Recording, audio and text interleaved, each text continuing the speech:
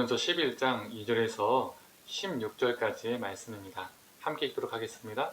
너희가 모든 일에 나를 기억하고 또 내가 너희에게 전하여 준 대로 그 전통을 너희가 지킴으로 너희를 칭찬하노라. 그러나 나는 너희가 알기를 원하노니 각 남자의 머리는 그리스도요 여자의 머리는 남자요 그리스도의 머리는 하나님이시라. 물은 남자로서 머리에 무엇을 쓰고 기도나 예언을 하는 자는 그 머리를 욕되게 하는 것이요 무릇 여자로서 머리에 쓴 것을 벗고 기도나 예언을 하는 자는 그 머리를 욕되게 하는 것이니 이는 머리를 민 것과 다름이 없습니다. 만일 여자가 머리를 가리지 않거든 깎을 것이요 만일 깎거나 미는 것이 여자에게 부끄러움이 되거든 가릴지니라. 남자는 하나님의 형상과 영광이니 그 머리를 마땅히 가리지 않거니와 여자는 남자의 영광이니라. 남자가 여자에게 난 것이 아니요 여자가 남자에게 났으며 또 남자가 여자를 위하여 지음받지 아니하고 여자가 남자를 위하여 지음을 받은 것이니 그러므로 여자는 천사들로 말미암아 권세 아래에 있는 표를 그 머리 위에 둘지니라. 그러나 주 안에는 남자 없이 여자만 있지 않고 여자 없이 남자만 있지 아니하리라. 이는 여자가 남자에게서 난 것 같이 남자도 여자로 말미암아 났음이라. 그리고 모든 것은 하나님에게서 났느니라. 너희는 스스로 판단하라. 여자가 머리를 가리지 않고 하나님께 기도하는 것이 마땅하냐?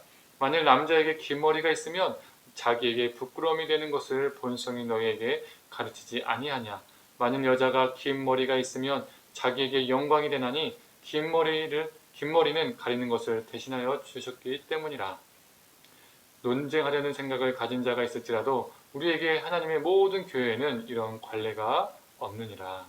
아멘. 오늘 아침 묵상을 들으신 우리 모든 성도님들에게 하나님의 평강과 은혜가 있기를 간절히 소망합니다. 오늘 본문은 가정에서 남녀 간의 위계질서 상호관계 가부장 제도를 말해주는 본문일까요? 오늘 본문의 시대적 배경을 무시하고 문자적인 해석을 하게 되면 오늘 본문은 남녀의 위계질서를 말하는 본문이 됩니다. 그래서 이 본문을 가지고 어떤 교단은 공예배 시에 여성에게 설교를 시키면 안 된다. 또한 목사 안수를 주면 안 된다라고 주장하는 것도 있습니다. 실제로 여성 안수를 목사 안수를 장로든 목사이든 안수를 안 주는 교단도 있습니다. 이러한 주장이 정말 타당한 것일까요? 우리가 본문의 배경을 살펴본다면 오늘 본문은 결코 남녀 상하관계, 교환에서의 여성의 리더십을 통제하는 말이 아님을 알게 됩니다. 오늘 본문의 첫 구절인 2절에서 칭찬으로 시작했다가 3절부터는 본격적으로 하고 싶은 말을 바울이 전개합니다. 각 남자의 머리는 그리스도요 여자의 머리는 남자요 그리스도의 머리는 하나님이시라. 남자가 여자의 머리이다. 이 구절만 딱 따와서 남녀 상하관계, 위기질서를 주장하죠. 그런데 여기에서 머리는 헬라어로 카팔레라는 단어입니다. 이 단어는 머리라는 뜻도 있지만 근원이라는 뜻도 가지고 있습니다. 여자의 머리는 남자라는 문장은 여자의 근원은 여자의 출처는 남자다라고 해석할 수 있습니다. 맞는 말이지요. 하나님은 남자 아담의 갈비뼈를 통하여 여자 하와를 창조하셨기 때문입니다. 그래서 단순히 여성은 남성에게 종속되는 남녀의 상하관계를 말하는 것이 아닙니다. 이는 11절에서 12절이 뒷받침해주고 있습니다. 제가 표준사 번역으로 읽겠습니다. 그러나 주님 안에서는 남자 없이 여자가 있을 수 없고 여자 없이 남자가 있을 수 없습니다. 여자가 남자에게 난 것과 마찬가지로 남자도 여자의 몸에서 났습니다. 그리고 모든 것이 다 하나님에게서 생겨났습니다. 이 12절은 그 근원을 출처를 말해주고 있죠. 여자의 근원, 출처가 남자이며 동시에 남자의 근원, 출처는 여자이다 라고 말하고 있는 겁니다. 그렇다면 왜 바울은 남성은 머리에 두고는 쓰지 말고 여성은 왜 머리에 두고는 쓰라고 했는가라는 질문이 생기죠. 결코 그 머리라는 것이 더 위에 있다는 것이 아니라 출처를 얘기한다고 했잖아요. 그렇다면 왜 남자는 안 써도 되고 여자는 써야 될까요? 남성은 여성보다 우월하니 쓸 필요가 없고 여성은 복종의 의미로 써야 한다 라고 말하는 사람들이 있습니다. 그런데 이것 또한 그 당시 문화를 무시한 잘못된 해석입니다. 그 당시 유대교 회당은 남자들만이 출입할 수 있었고 남자들만이 예배를 드릴 수 있었고 남자들만이 설교와 기도를 할 수 있었습니다. 여성은 토라를 즉 오경의 내용을 배울 자격도 없었습니다. 그리고 그들은 머리에 덮개를 쓰는 전통이 있었습니다.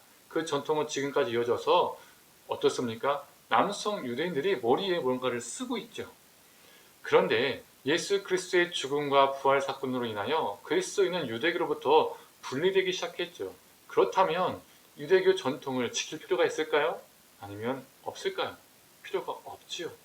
유대교인으로서 내가 오해를 받을 이유가 없다는 것입니다. 즉 예수 그리스도를 통해서 유대교의 율법과 전통에서 자유케 된 것입니다. 그래서 남자는 쓰지 말라라고 바울은 말하고 있습니다. 그렇다면 왜 여자는 두건을 쓰라고 했을까요? 그 당시 유대 문화와 헬라 문화에서 여성이 공공장소에서 머리를 무엇인가 쓰는 경우는 그 품위를 지키기 위해서 그랬었습니다. 만약 여성이 머리를 감추지 않을 경우에 머리에 무엇인가를 쓰지 않고 머리를 그대로 노출시켰을 경우에 남성을 성적으로 유혹한다라고 간주하는 관습이 있었습니다. 그런데 제가 앞에서 언급했던 것처럼 그 당시 유대교 회당은 남자들만이 출입할 수 있었고 남자들만이 예배를 드릴 수 있었고 남자들만이 설교를 할 수 있었다. 기도를 할 수 있었다라고 말했죠. 다른 종교도 마찬가지입니다. 남녀 구분이 있었습니다. 즉 자신들의 종교 예배에서 남녀 구분이 있었다는 거죠. 반면 초대교회는 한 장소에서 남녀의 구분 없이 예배를 드렸다는 겁니다. 이것 자체만으로 그 당시 사람들에게는 매우 파격적이고 충격적인 사건이었습니다. 거기에다가 여성들에게 기도를 하고 예언을 할 수 있는 권한을 부여한 것이죠. 예언을 했다는 것은 미래를 맞춘다는 것이 아닙니다. 예측한다는 뜻이 아닙니다. 성경 말씀을 해석해서 전하는 것, 즉 대언을 말합니다. 요즘 말로 하면 설교를 말하는 것이죠.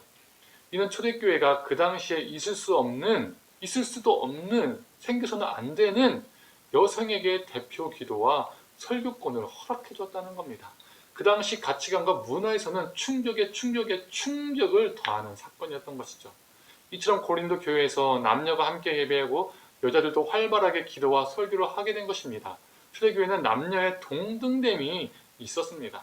다른 사신을 보면 어떻습니까? 여성 지도자들이 여러 명이 나옵니다. 유대교회에서는 절대로 있을 수 없는 일인 것이죠. 그런데 고린도 교회가 안고 있던 문제 중에 하나가 몇몇 여성 리더들이 오버를 했습니다.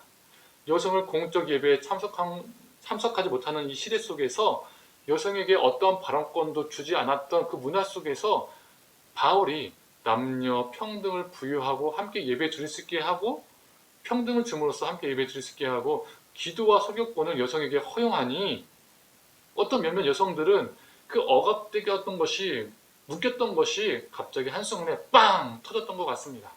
그래서 몇몇 여성들이 오버해서 이런 말 저런 말로 자기를 주장을 하는 것을 일삼고 심지어 이 머릿수건을 벗어던지고 시끄럽게 했던 것이죠.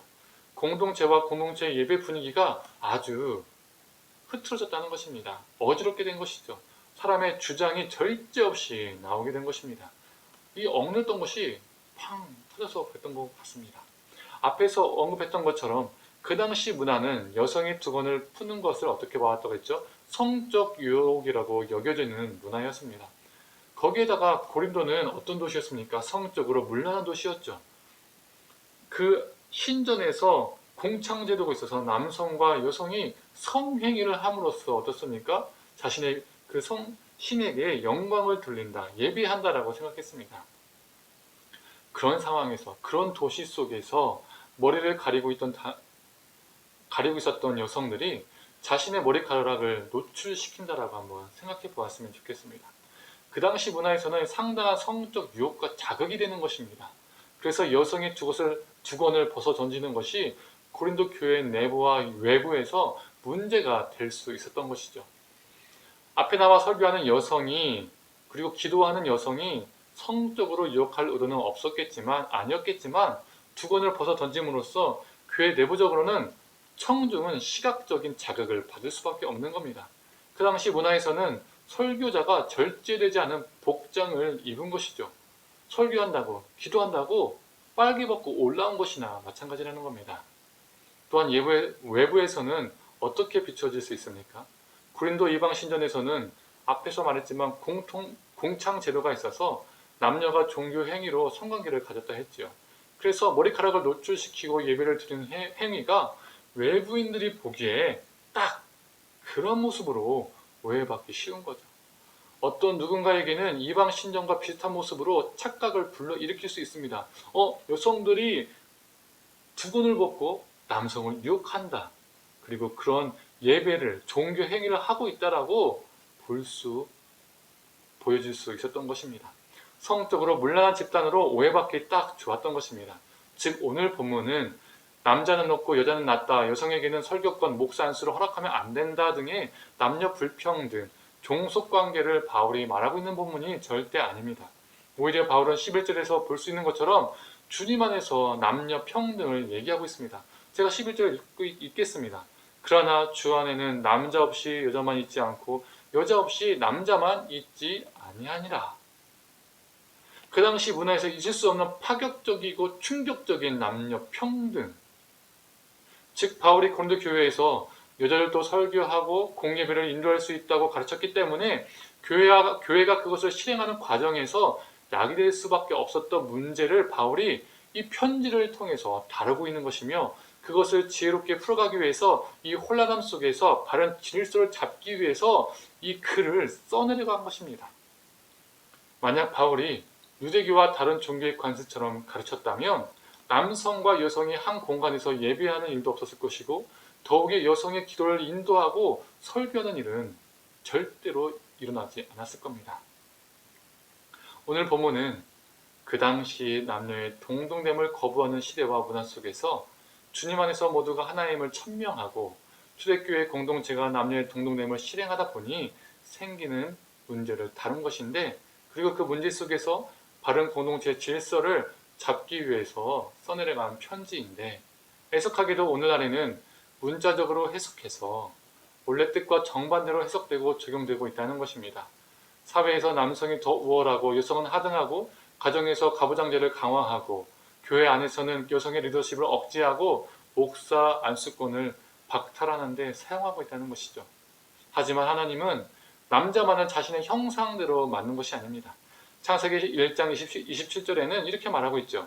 하나님이 자기 형상 곧 하나님의 형상대로 사람을 창조하시되 남자와 여자를 창조하시고, 남성만 언급하고 있는 것이 아닙니다. 오늘 본문에서 우리가 주목할 것은 바울은 공동체와 공동체 예배를 바로잡기 위해서 노력을 하고 있었다는 겁니다. 개인의 자유함과 무절제함이 타인과 공동체를 넘어지게 하면 안 된다는 것이죠. 우리도 그러해야 합니다. 우리의 무절제함이 절제되지 않는 우리의 삶과 주장이 우리의 공동체를 해치고 있지는 않은가? 그리고 또 다른 문제가, 어떠한 문제가 우리 예배와 공동체를 흐트러 놓고 있지는 않은가? 스스로 질문하며 점검하고 건강한 공동체를 세워 나가야 합니다. 공동체는 나의 것임이 아님을, 예배하는 사람이 만족하고 자기 주장을 펼치는 것이 아님을 기억하고 그 모든 것을 통해서 오직 하나님만 영광 받으시기를 간절히 축원합니다. 기도하겠습니다. 하나님, 오늘 본문은 남녀 불평등과 또 가부장제도를 강조하기 위해서 남성이 우월하고 여성이 하등하다는 것을 보여주기 위한 본문이 아님을 보게 됩니다.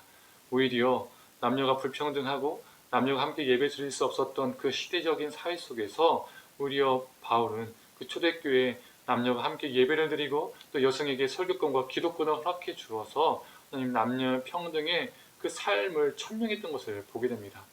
그 당시 문화 속에서는 있을 수 없었던 일을 그 초대교회가, 군대교회가 시행을 하다 보니 그 안에서 일어났던 수많은 여파들이, 그 문제들이 있었고, 그 문제를 해결하기 위해서 바울이 오늘 본문의 이야기를 편지로 써내려감을 보게 됩니다.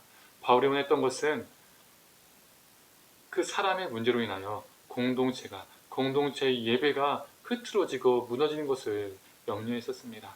하나님, 우리가 살아가는 데 있어서 이 본문을 남녀 불평등, 여성이 정말 종속적인 존재라고 적용하며 살아가는, 남성이 더 우월한 존재임을 강조하는 그 말씀으로 적용해서 살아가는 것이 아니라, 하나님, 우리 안에 있는 나의 문제가, 또 우리의 문제가 혹여 교회를 또 우리의 삶을 어렵게 하고 힘들게 하는 것은 없는지, 나의 무절제함이, 나의 방종함이, 나의 성숙하지 못함이 누군가를 힘들게 하고 아프게 하지 않는지 그것을 돌아보게 하시고, 하나님 우리가 더욱더 성숙한 존재가 되어서 하나님 그 문제 하나하나를 정말 하나님께 주신 지혜로 잘 풀어가서 하나님 그 모든 것이 하나님께 영광이 되게 하여 주시옵소서. 감사드리며 사랑이 많으신 예수님의 이름으로 기도합니다. 아멘.